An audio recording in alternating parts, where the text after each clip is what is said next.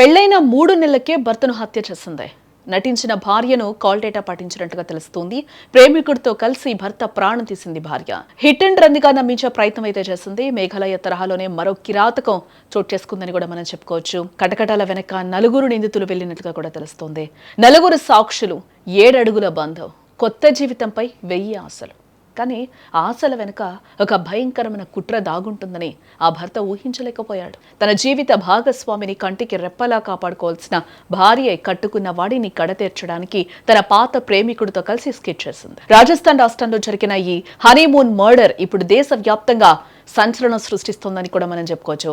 రాజస్థాన్లోని శ్రీగంగానగర్ జిల్లాకు చెందిన ఆశీష్ అంజు అనే జంటకు ఇటీవల గ్రాండ్ గా పెళ్లి జరిపించారు పెద్దలు.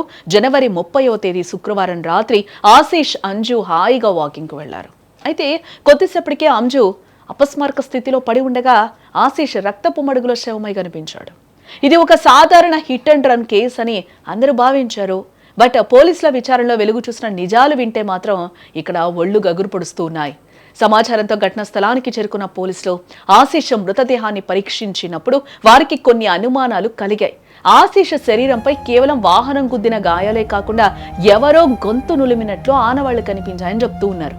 అటు మరోవైపు అతని భార్య అంజు మాత్రం ఎటువంటి గాయాలు లేకుండా సురక్షితంగా ఉండటం పోలీసుల అనుమానాన్ని ఇక్కడ బలపరిచిందని కూడా మనం చెప్పుకోవచ్చు.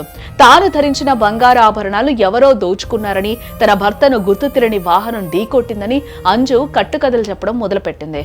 అప్పటికే పోలీసులకు అంజు మాట తీరుపై వాళ్ళకు అనుమానం కలిగిన తర్వాత వాళ్ళు 1,00,000 క్వశ్చన్స్ వేశారు. దీంతో పోలీసులు అంజు ఫోన్ రికార్డులను పరిశీలించగా ఆమె తన పాత ప్రేమికుడు సంజుతో నిరంతరం మాట్లాడుతున్నట్టుగా కూడా ఆ డేటాలో తెలుస్తూ ఉంది. పెళ్లైన 3 నెలలకే భర్తపై విరక్తి పెంచుకున్న అంజు పుట్టింటికి వెళ్లిన సమయంలో సంజుతో కలిసి ఆశీష్ను వదిలించుకోరని నిర్ణయించుకుంది. ప్లాన్ ప్రకారం ఆ రాత్రి ఆమె తన భర్తను నిర్మానుష్యమైన ప్రాంతానికి వాకింగ్ కు తీసుకెళ్లింది.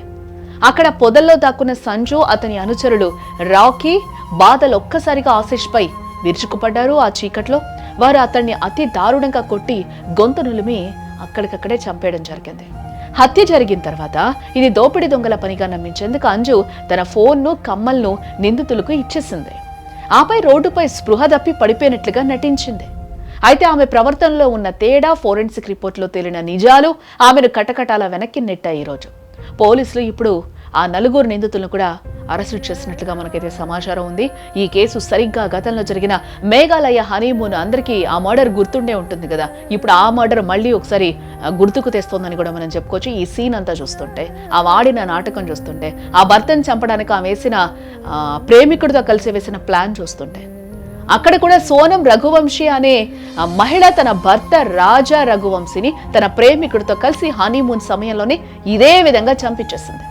సరిగ్గా అదే తరహాలో రాజస్థాన్లో కూడా భార్య సూత్రధారిగా మారి భర్తను హతమార్చడం ఇప్పుడు పెను సంచలనంగా మారిందని కూడా చెప్పుకోవచ్చు.